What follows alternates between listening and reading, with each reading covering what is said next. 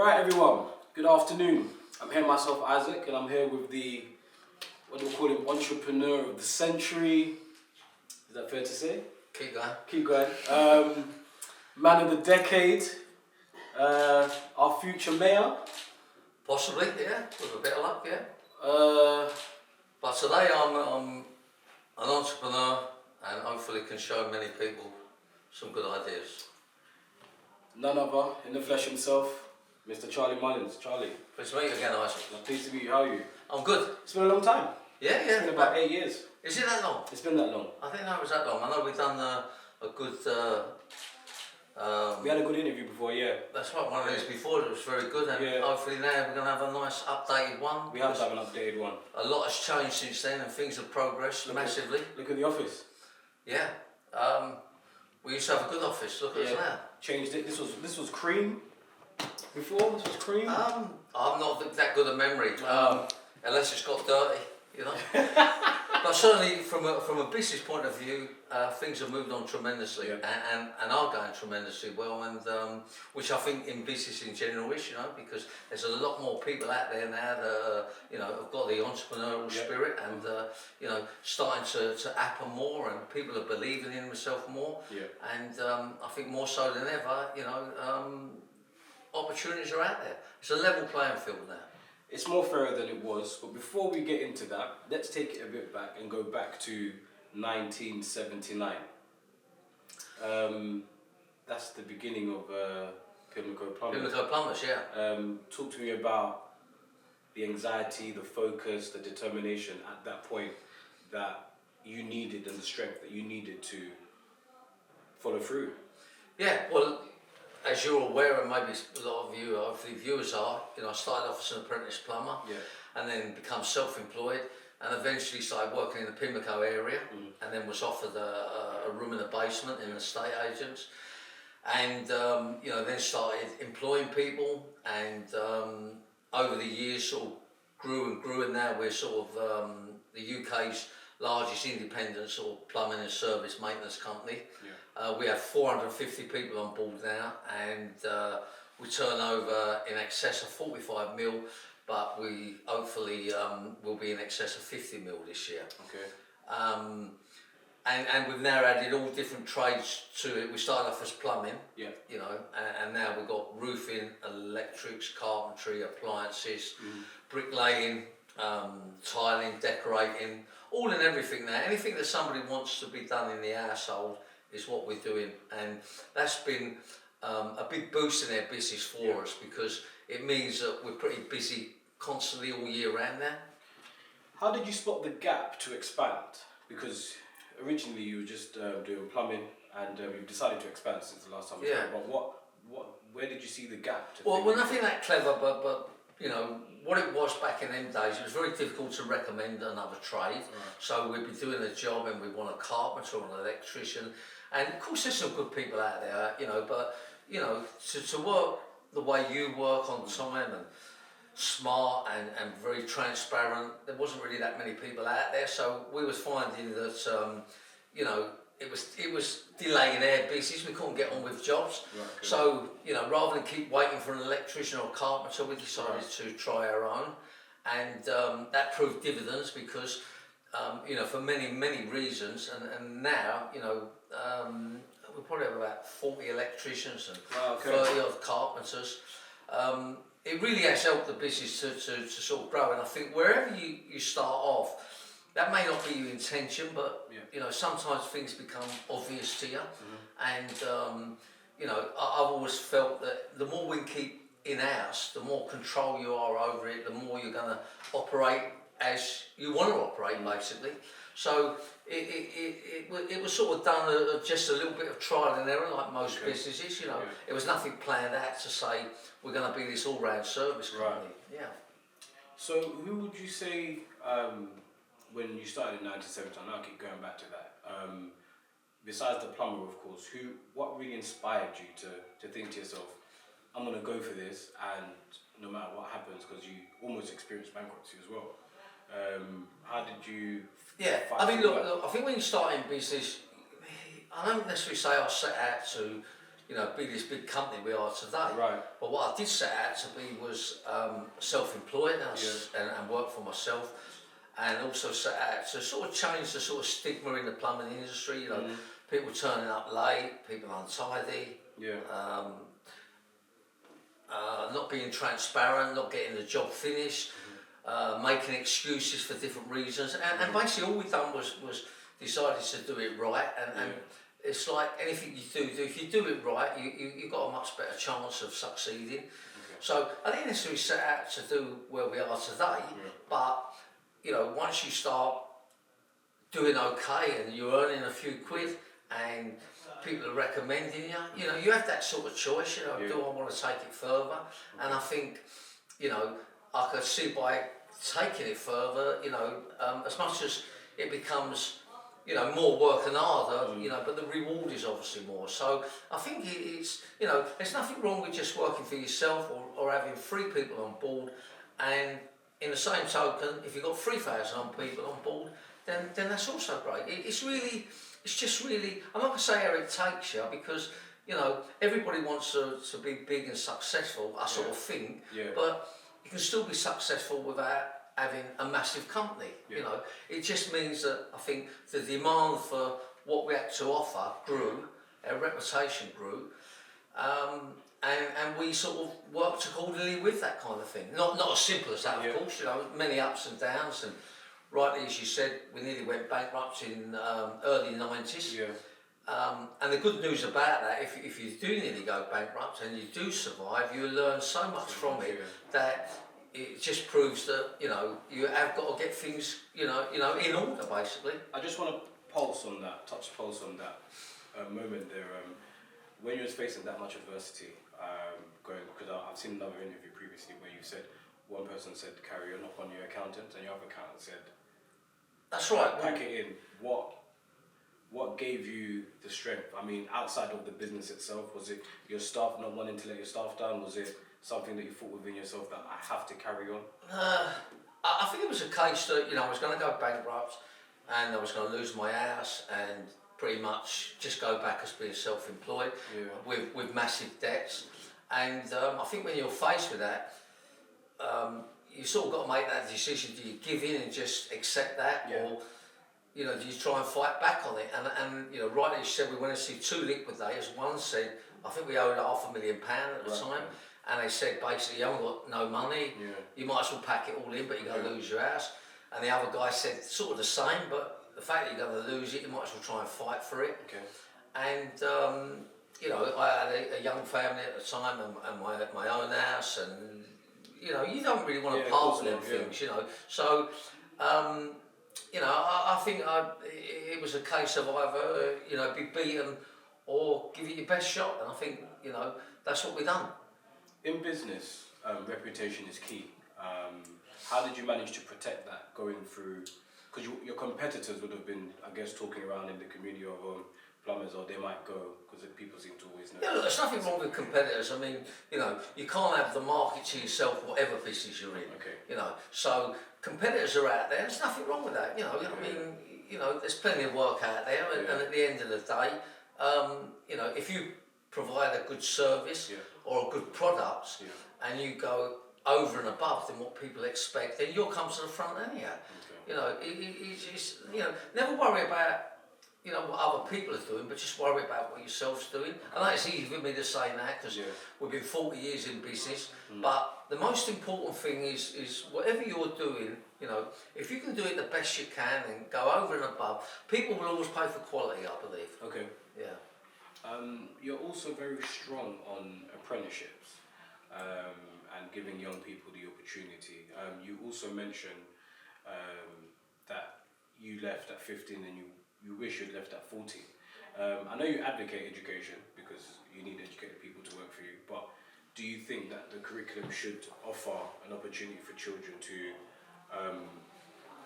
work or have the opportunity to be self-employed at a young age? Look, right as you said, I left school at 15, and I also should have left at 14. I wasn't that academic, but there's life without a degree, and you know, it's like anything. It's the more you're going to put into it, it's the more you're going to get out of it. So, you know, the reason I'm a great lover of apprenticeships is, you know, I was one myself, and it ties you into a job for 3 or 4 years, which is what you need doing is sort of steadying things up a bit. And I would say, you know, I'd have been sacked 1,000 times, and I would have wanted to leave 1,000 times. But the fact that you're into a contract, it commits you, and then once you get over that sort of, you know, early stages of it, and you know, especially this day and age, you can start seeing the end result. You know, what you don't earn as an apprentice, you earn once you're qualified. And now there's so many, you know, people out there that have done an apprenticeship, they've got their own business. I mean, it's pretty much a good route to, you know, getting your own business, doing an apprenticeship. And, you know, I just feel that, you know, we need more and more apprentices. There's a massive skill shortage out there, and for me, anyone that does an apprenticeship is doing it the right way. And you know what was said to me then all them years ago by the guy who was my mentor. You'll never be out of work, and you'll earn loads of money if you do an apprenticeship. So it's a good thing to sort of, you know, keep pushing around kind of thing, keep having lots of apprentices around you. So I would say to anybody in business, you know, if at some stage you can take on an apprenticeship with you, then, you know, they're going to be a good person that works your way, and someone that you can rely on and trust, because, you know, most apprentices are pretty switched on people at the end of the day. Okay, talk to me about the power of mentorship and how important that was for you, and how important that is for an entrepreneur coming through the ranks. Yeah, well, for me, you know, I helped this local plumber when I was about 9 years of age. Used to bunk off school, and you know, loads of money, motorbike, car, house. So that was very inspirational. And you know, we all learn off somebody.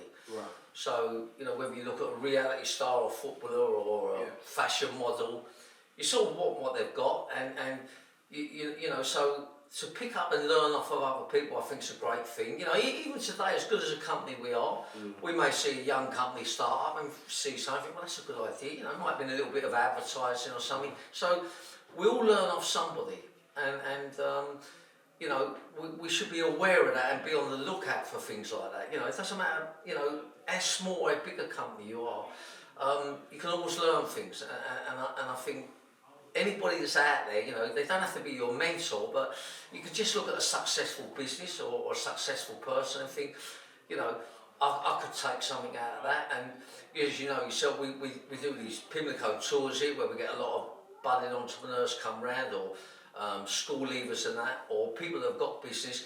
And it's probably hard to go into this business and not think, oh, I'm going to copy ECEs, or I'm going to copy the telephone system.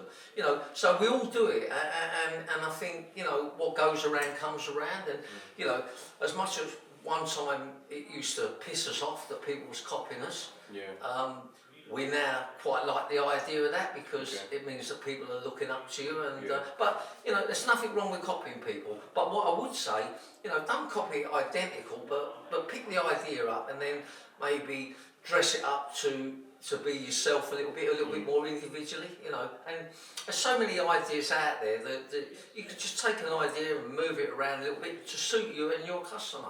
Question off the interview, what do you do in your spare time? Like, do you watch football? Are you a football man, or you're a rugby man?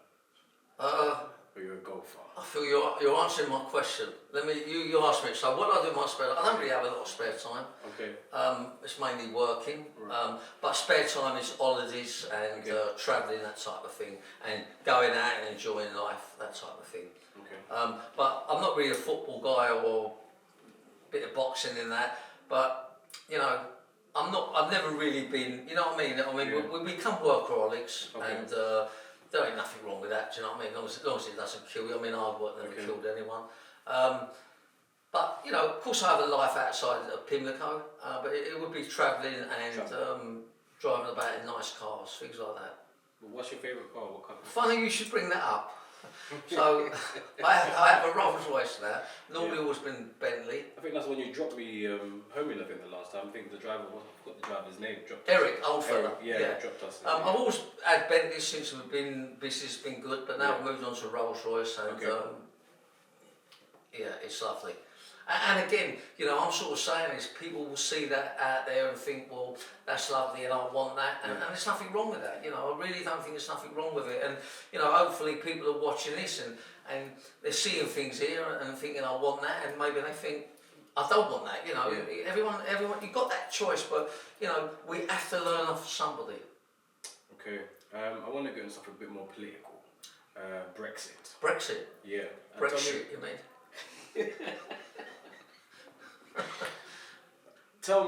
Please tell me, what are your thoughts on it? Clearly, you're calling it Brexit. It's tell me how you feel about it. I think that answers it, doesn't it? Stance. Like, I've always been a strong Remainer, and we're very much involved in politics. And right as you said, in 2020 we're going to be running for London Mayor. Yes. So plenty of support, hopefully. Vote for him or vote for me. Yeah, are you a runner? I'll be by your side, yeah, but that's about it really. So they vote for you, they vote for me, it's all the same. I'm sure they will. We need someone with common sense. We need someone that can, you know, that's run a business. We certainly need a business person, and more than anything, I think we need someone that's very London and understands London, and understands the people and the culture, and understands, you know, for me the most important thing to help youngsters is to get them a job, and I think if we can get people into work straight from school, it's going to resolve a lot of problems, makes you feel a lot more part of society, makes you feel that you can achieve something. And I think that's the thing we need to work on. I'm just going to add it in there anyhow, is that, you know, I believe when youngsters leave school, like in Germany, they either have a job, go to university, or go into a government-funded apprenticeship, and that's something that we would be trying to make happen, you know, if I got into that position, because the importance of work is incredible, and, you know, doesn't matter what job you do or what business you're in, just to get involved with it, you know, everything changes for the better for you, yeah. You're not from a privileged background based off the research that I've done about yourself, and how do you feel, how does it make you feel that you're even in a position that you can run for mayor, knowing that it's Pimlico Plumbers that's helped you get there, it's a business that's put you in that position? Well, I'm going to go back a little bit there and say, it's the apprenticeship that got me in that position. So wherever that got me, everything has stemmed from the apprenticeship. Right. You know, whether I'd had Pimlico Plumbers or whether I was just a self-employed plumber. But certainly, you know, I feel that, you know, you want to put things back into society, because you certainly add a lot out of it, and I think to be in that opportunity is great, because, you know, I mean, I obviously know about politics, and I know about, you know, the way that it ain't done right kind of thing, and I believe that, you know, by being involved in it as a business person and as a Londoner, I just believe that it's a much better opportunity, and it's great to be in that position. I mean, it's great to be at work, it's great to have a nice car, and it's great to have nice people around you. And all of that goes back to an apprenticeship, you know, all it is, or going back to getting in the workplace, you know, just getting that opportunity. And, you know, I feel that, you know, I want to give other people that opportunity, you know, just to get into the workplace. It's a starting point, you know, and undoubtedly that will lead you to the right road rather than the wrong road. Okay, so what are going to be your main, because you've spoken about apprenticeships and giving opportunities to young kids. What else are you going to be, if you become elected as mayor, what else are you going to implement for London? I would have free travel for all apprentices, because, you know, you don't earn a lot of money, and I think that would be quite an involvement. And, you know, I think there's various other things. I mean, you're pretty limited what you can do anyhow. I think, you know, as much as there's so many things to work on, and you know, it's a big thing at the moment, the knife crime, and there ain't a simple answer to it. But I'm probably going to go back to what I said earlier. You know, by getting a job, it sort of cuts a lot of that down, and you don't really find many people that have got a job going around stabbing people. And I think you've got to start where people have got a sort of value and worth in life. And I just feel at the moment youngsters have been neglected badly in London. Right, okay. And we need to recognise the importance of them and the value of them. And we don't want all this, rehabilitation and having to, go into prison and things. You want to try and start afresh. What's happened has happened. You can't alter it. But what we want to do is get the latest sort of culture of youngsters, just believing in themselves again, believing that there is a future. You've touched on knife crime, and it's nice to know that you have an opinion on knife crime, but do you sincerely believe that knife crime is just purely based off children just not having work, not being in work?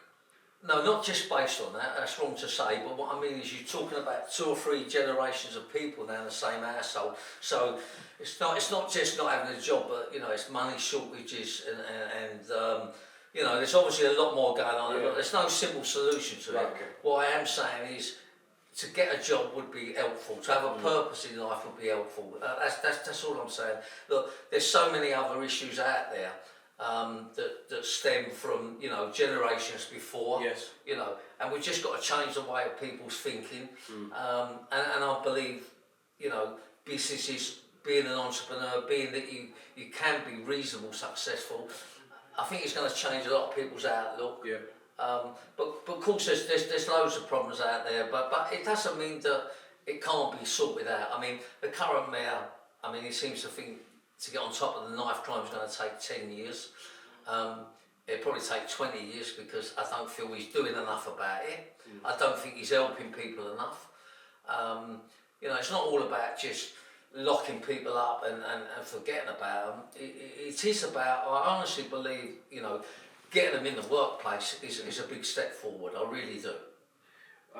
With regards to the work, some of these millennials now, they want to be more, like for example, entertainers. It's like that seems to be a major thing with a lot of youth, wanting to be entertainers, rappers, singers, actors. What kind of schemes would you implement as mayor to put more funding into those kinds of things? Well, I think you said the key to it is funding, and not enough money spent in people's future. So whether it be into youth clubs, whether it be into apprenticeships, it's got to revolve around giving youngsters a future, and it's all about money. And the same with I think the knife crime and crime on the streets. If there was more money put into it and less would go on, but I think it's been neglected for too long, and this is the end result with it. So, for me, I think we waste a lot of money in areas that are a total waste of time. Yeah, definitely. And we just need to be more realer and say, we need to put more money into local areas. You need to make, housing more sort of practical for people. We need to make work more practical for people, and give them something to do. Probably in your time, there was lots of youth clubs and boxing clubs and I don't think I boxed that much, but thanks. I don't think I boxed that much considering, but yeah. But everybody changes, But all I'm trying to say is that there was a lot more things that people had to do, and I think that purpose has come away. I'm not going to blame Khan for the problems, but I don't think he's helped the situation. I don't think he's powerful enough. I don't think people listen to him enough. And certainly, he needs to put his head above the parapet wall and do something rather than just talking shit, basically. Fair enough. But, there's no simple solution to it. But, it's not for sure, but if you can get a job somehow, some way, it's a step in the right direction. Okay. Even if it's voluntary work, sorry, I just want to add that, because, it is tough to get work, but, just getting involved and being part of something, and, it's amazing what comes from that kind of thing, you know what I mean? I speak to a guy, I've never met him, but from Spain. He sent me a letter, he read my book, and he's about 70 years of age, but he was telling me his background was similar to mine, but he said basically he walked in the youth club one day, and he picked up a mentor there for gymnastics. Then he represented Great Britain 40 times. He's wrote books on it. He's been a commentator, and I think what he was saying is that, you know, you can just be a very normal person going in a youth club, and things can change. You know what I mean? And it's changed for many people. And you know, how you are today, it doesn't mean in a year's time that you're going to be there. You know, No, of course not. I'm probably trying to say there is chance for so many people out there, and I think you've just got to, like, you know, do the best you can, and knowing that someday things will get better if you put yourself out a bit more to it. Okay, so that just means more determination and more... Yeah, but you know, it's not easy, and I'm not, you know, it's easy for me to say it from here, but, you know, when I was 15, would have I seen myself where I am today? The answer's no. Okay. So, you know, don't give up hope, and I think things will improve, and I'm just trying to sort of say is that so many people become successful that, you know, it wasn't on the plan kind of thing. I'm really saying it's more of a level playing field now than ever, and opportunities are out there, and you've got sort of websites like this and different podcasts that people look at today, and a lot more help today is out there, and we now encourage more entrepreneurship, we encourage more successful people, and you know, just go for it. You made a switch from Conservative, I think, to, is it Lib Dem now? Lib Dem you to stay? Yeah, not exactly. Look, I got involved with Conservatives because David Cameron was there, was very much into apprenticeships. Right, okay. And so we donated money and worked with them, and, you know, filled up a lot of apprenticeship positions. Things changed. Theresa May come on board. She's anti-business, I believe. Okay. She doesn't seem to understand apprentices at all. So basically, we're not in the same bed together no longer, but in a nice way. Fair enough. And so I basically put my money into the Lib Dems and felt that they could do more for people. And things have changed again now. There's a new party out there, the Independent Group, that I think is going to be very much for independent people, I suppose. You know, neither Conservatives, neither Labour. I think they're going to be in the middle, and I think. And again, I'm going to say, it does mean that things are changing, you know, so youngsters have got this different option now, rather than, you know, not Conservative, not Labour, you've got this middle party. So anyhow, put some money in there, and I believe, you know, they're going to get a lot of voters, and I think they're going to do a lot of good. I think they're going to be honest, not like the existing political people. Fair enough. I wanted to ask you a very, I think, emotional question. Emotional? An emotional question. You don't want money off me, do you? Nah. It's not that emotional then. Nah. I thought you was going to ask me for money. I mean, you can easily give me a few bob. I'm sure it wouldn't be that much. You don't look short. You don't look like you're starving to me.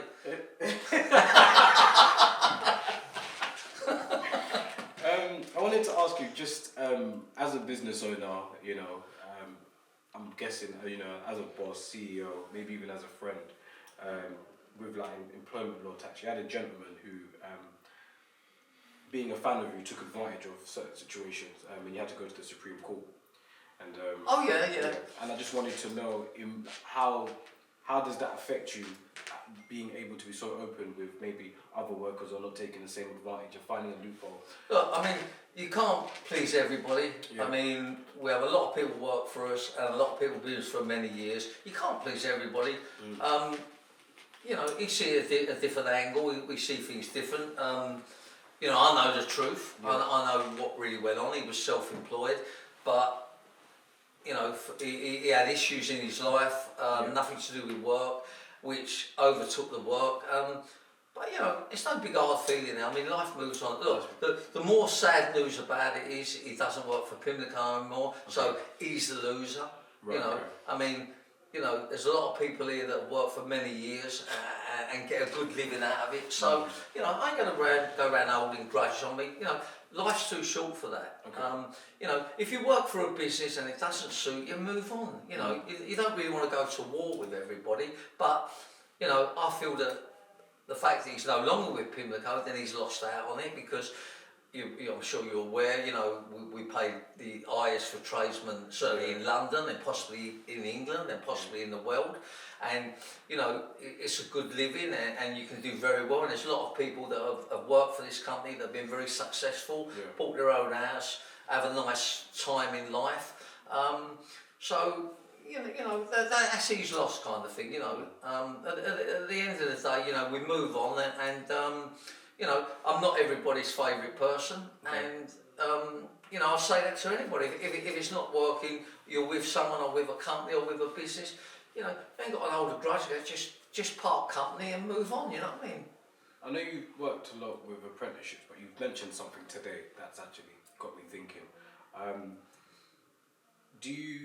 Have you got a strategy in place to tackle, or if anything, introducing plumbing to younger children to get them wanting to be involved in a trade from like primary school or maybe in secondary? What have you done to? Yeah, okay. Well, again, we do these tours for whether they be for youth clubs, whether they be for schools or even primary schools. So we have a group of youngsters may come round, and they may be interested in plumbing, they may be interested in mechanics.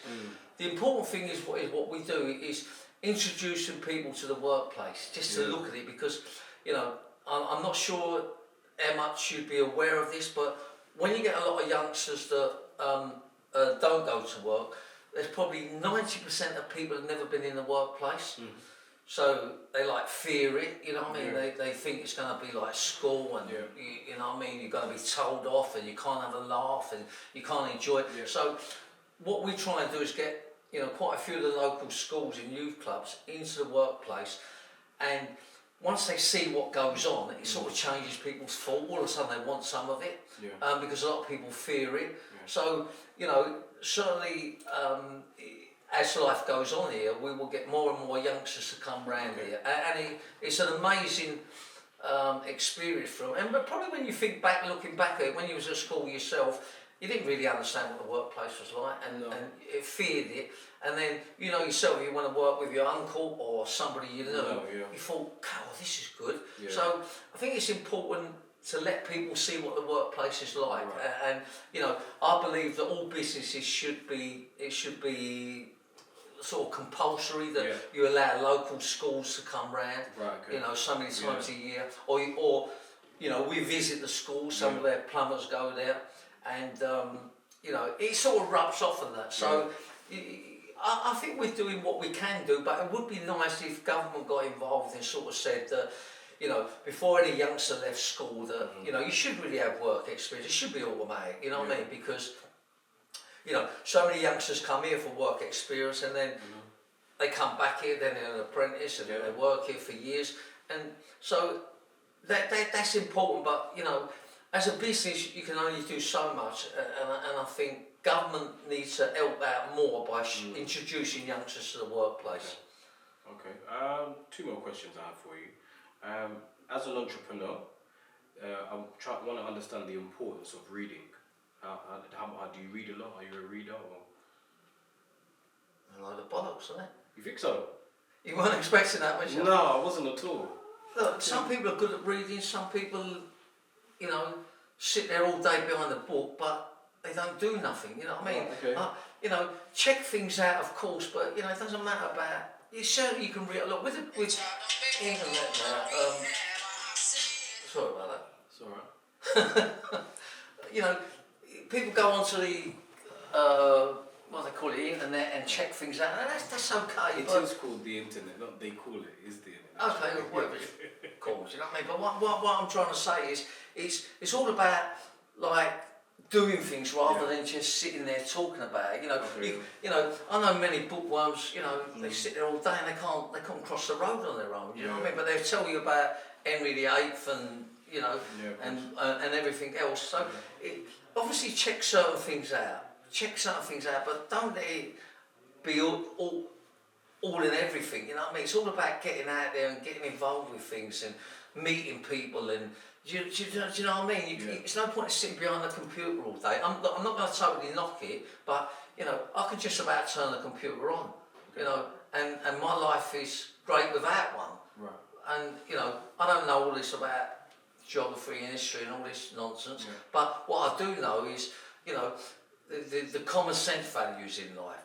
And I think you have to sort of get yourself out and about to pick them up, you know. And let's not kid anyone, there's some cute people out there, with a lot of common sense, a lot of drive in them, a lot of this, a lot of that, and they might not be able to read and write. You know, I'm going to say it ain't be all and end all. What do you think though? You're looking at me like I've got two heads. What do you think? I study a lot of entrepreneurs like Warren Buffett and many others like Richard Branson, and you know, they talk about the importance of reading and keeping yourself occupied. And I just thought to myself, well, you're I mean, like, everybody's different, you know what I mean? Like, all I'm saying is that, you know, I only check out things I need to check out, and I'm just saying is I find that you get educated by just doing things, you know what I mean? You know, yes, you're going to get educated by reading something, but there's nothing better than visiting somewhere or talking to someone about something, or actually getting involved in it, and all of a sudden it's like real, do you know what I mean? It's a bit like, you can read up forever about the workplace, but until you get yourself in there, it's all pointless, you know. Like, I ain't going to knock education, but what I am saying is there is life without brains. Okay, fair enough. You know, I think you're better off to have common sense and enthusiasm than being like, you know, I've got, I don't know what they call O-levels, A-levels, spirit level, I don't know what it's called. It's about yourself, you know what I mean? You know what I mean? It's a bit like yourself, you know. You're up there, you're out there, you're seeing what's going on in the world, and that's the thing people have got to do, you know what I mean? I believe anyhow, you know what I mean? I agree to a degree, but I agree definitely. Last question or last piece really is someone that's an entrepreneur starting out today. What advice would you give them? Well, I would advise anybody to jump on this internet business, you know, and look at podcasts like this, look at other entrepreneurs, check them out, you know, do your research as you said on it, and then sort of, you know, start getting ideas in your mind what you want to be, but don't set your goals too high, you know what I mean, because you're going to fail, you know, just start off as, you know, if your basic is, like me, I only ever wanted to be a self-employed plumber. That's all I ever wanted in life. And, you know, I think I would still be happy today being a plumber, you know, loads of dosh and never out of work, and people are nice to you and respectful to you. So you haven't necessarily got to aim for the top all the time. You know, what you have got to aim for is something that's realistic. But what I would say is, I'm getting more and more surprised of how many young people are coming through now by looking at things like this, on the internet. I mean, evidently it's a great thing. Obviously, I use it a little bit, you know what I mean? But I think there's so much help out there for people, and take all that help on, and then I would say pick on somebody that you maybe want to follow and copy a bit, and start doing your own thing. But you have got to have, you know, one of the biggest ingredients, I think. I mean, I always try and, I know I can't really simplify things, but when I talk about business to people and what you have to do, I sort of say to people, it's like making a cake, right? You put a bit of this in and a bit of that, not so much of this, some of this, and all of a sudden you get this nice cake, you know what I mean? But to start off with, it don't really go according to plan, so it's a bit like trial and error, and I think you have to get involved in something and do it. But, you know, let's not kid anyone. It ain't like, you know, you don't just wake up one day, I want to be an entrepreneur, and you get there. I mean, there's so many setbacks and so many backwards, forwards, and am I going to make it, ain't I going to make it? But I think the important thing is to try it, and the second important thing is don't overset your goals, you know. Just, you know, this day and age, if you happen to become working for yourself, that's a massive, massive achievement. If you happen to just work for a business, that's also a massive achievement. You know, there's nothing wrong with that. But opportunities are out there, and people are surprising me. I mean, you get these youngsters now, they're coming up with ideas, and all of a sudden they're like, you know, millionaires and that. So the opportunities are there, and I would probably say now, because we encourage it more, that it's more fashionable and more trendier, and if that's what you want to do, then do it, you know what I mean? But don't think you're going to get there. Look, we've been going for 40 years now, so business is not a short trip, you know what I mean? It's not a short trip. So just be prepared for a long journey and hard work, but the rewards are incredible, absolutely incredible. You know, there's, I would say, there's nothing like working for yourself. There's nothing like being successful. You know what I mean? There's just you probably don't know about that, do you? No, I'm kidding you up. You're a very successful man because you're doing what you're doing today for people, and people are picking up and learning off this. So, you know, well, you know what it's like. I mean, yeah, of course. yeah, you know how rewarding it is, but it's not an easy ride. No, is it? it's definitely not easy. But I'm still not sitting on that side of the catch. So. Yeah, but we're still drinking from the same teapot. Yeah, we are. You know, we've got a lot in common, and you know, as I said, it doesn't matter what level you are. I mean, there's millions of, you know, big business people are way beyond me, Richard Branson's and Peter Jones's and all that. But you know, you haven't got to be the best at anything. You've just got to be involved in it.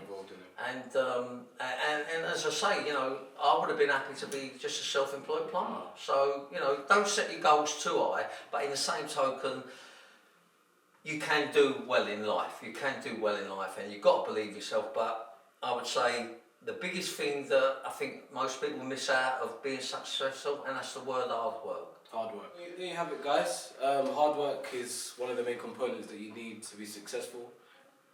Charlie, thank you very much. Lovely. It's been an absolute pleasure, time with me again. honestly. And I should see you a lot sooner than another 8 years down the line. Yeah, because things are moving on so much, and you know, we're very, very you know, willing to want to help people. Yeah. And if anybody watches this, wants to ring the company up or visit the company, you know, send an email in, and you know, you can pop round and you know, not that you particularly need to see me, but there's so many people here that you may pick up some ideas. But I think importantly, you know, just give it a go and give it your best shot. Vote for Charlie, guys.